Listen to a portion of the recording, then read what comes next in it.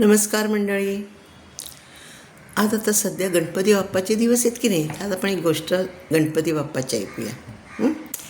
तुम्हाला माहिती आहे का की संकष्टी चतुर्थीला म्हणजे आपल्या ह्या विनायकी चतुर्थीला घराबाहेर पडला आणि चंद्र दिसला तर त्या व्यक्तीला चोरीचा आळ येतो असं पूर्वी म्हटलं जायचं, किंवा आजारपण तरी येतं, म्हणजे चांगलं नव्हतं. म्हणून चालणारे लोक, आम्ही लोक त्यावेळेला बाहेरच पडत नसे.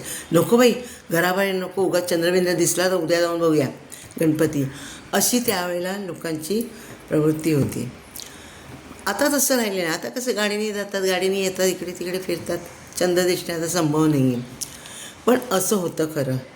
तर ते असं का होतं तर आता आपण ऐकूया. कळलं.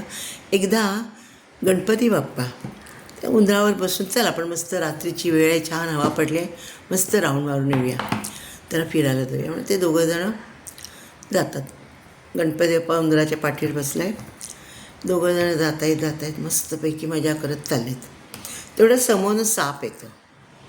साप आल्यावर ऑफकोर्स अर्थातच उंदीर मामा तो घाबरला आणि असा दचकला, आणि दचकल्यामुळे काय झालं, बाप्पा खाली पडला. जंगलामध्ये दुसरं कोण बघणार आहे, कोणी नव्हतं. पण वरनं चंद्रमाने बघितलं, चंद्रबाने, आणि तो हसायला लागला, खुदू हसला, जोरात हसायला लागला. आणि वा वा वा वा, गणपतीराया पडलास ना, एवढं मोठं पोट घेऊन चालला आहेस, एवढं मोदक खाल्ले असतील, पडणार नाही तर काय, एवढ्याशा प्राण्यावर बसल्यावर अगदी असं हा कसं. गणपतीने असं त्याच्याकडे बघितलं आणि म्हणाला, असं म्हणतोस का तू? कोणाच्याही विकृतीवर नावं ठेवून हसायचं नाही, हे तुला कळत नाही. ठीक आहे, मी तुला शाप देतो. कळलं, तुझी ही जी तेज आहे ना, सगळं ही कळा आहे ना, ती सगळी मावळून जाईल. तू पूर्ण अंधारीत होशील. मला तर काय ह्याच्यावर काही बोलायचं नाही. तो घाबरला चंद्र, तो आला खाली. अरे नको नको नको, हे बाबा गणराया, नको रे बाबा, असं नको करू. तर तो म्हणाला, हो ना, मग हे बोलण्यापूर्वी विचार करायचा. आपण एखाद्या कोणालाही बोलताना आपण काय बोलतो आहे. तर हो, चुकलं माझं, प्लीज मला माफ कर ना. बाप्पा म्हणाला, असा काही दिलेलं वर काय किंवा शाप काय असं घेऊन मागे घेता येत नाही. एकदा गेला म्हणजे गेला.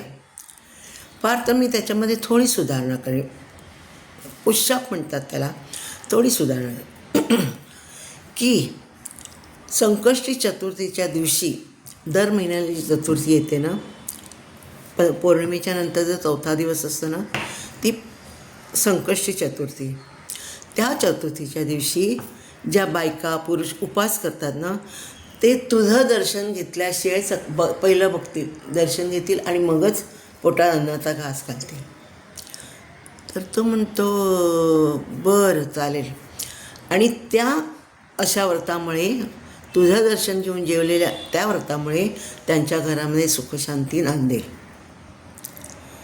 तर तो म्हणाला, बरं ठीक आहे, मी मान्य करतो, तसं आहे, पण नमस्कार करतो आणि निघून जातो. आणि बाळांनो, तेव्हापासून संकष्टी चतुर्थीला रात्री बायकांचा नेम असतो की चंद्राचं दर्शन घेतलं, नमस्कार करता, मग इथे गणपतीला नमस्कार करायचा आणि जेवायचं. कळत. ते ही प्रथा त्याच्यापासून सुरू झालेली आहे. ओके.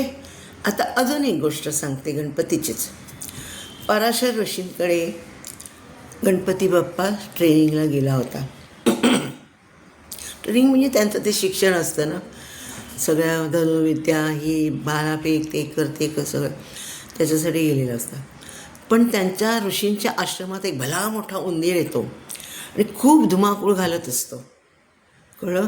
इकडे हे काही आहे, तिथे काही आहे, कुठे गोणी, तांदळाच्या गोणी आहेत, कुठे ज्वारीच्या गोणी आहेत, गव्हाच्या, हे सगळं तो बघतो आणि जाम धुमाकूळ घालत असतो. त्या ऋषीला पण काय करावं या उंदराचं.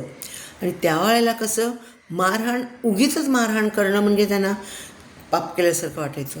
करू काय. मग ते एकदा गणपतीला बोलवतात. हे राजा, बघ बाबा, हा उंदीर खूप त्रास करतो आहे, हैराण करतो आहे नुसता, तर आपण त्याच्यावर काय करता येईल का. तर ठीक आहे, बघतो मी काय करता येते का. म्हणून जो आलेला कळता क्षणी उंदीर आपलं गणपती बाप्पा धावत त्याच्या मागे जातो आणि तो पळायला लागतो. उन्नीच असा एकदम स्विफ्ट असतो, चपळ असतो, तो पळायला लागतो. बाप्पा त्याच्या मागे येतो.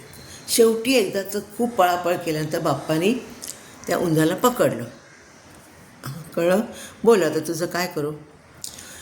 तू कशाला त्रास देते आपल्या ऋषींना? तो म्हणाला, नाही नाही नाही, चुकलं माझं. पण मला आता एक लक्षात आलेलं आहे, तू एक नुसता मानव नाही आहेस. कळलं? तू कोणीतरी भगवान आहेस आणि म्हणून ही तुझ्यात ताकद आहे मला पकडण्याची, नाही तर मला कोणीही पकडू शकलं नसतं. तर आता असं कर, मला तुझ्या सेवेत राहू देत. तर गणपती म्हणून, नाही नाही नाही, मी तुला मारून टाकणार आहे, दुसरा माझ्याकडे पर्यायच नाही आहे. तर तो म्हणतो, नाही नाही नाही बाप्पा, असं नको करूस. तू मला एक वरदान दे की मी तुझा सेवक म्हणून तुझ्याबरोबर राहीन, सतत तुझी सेवा करेन. मला तुझं सेवा करायची संधी तर दे ना बाबा.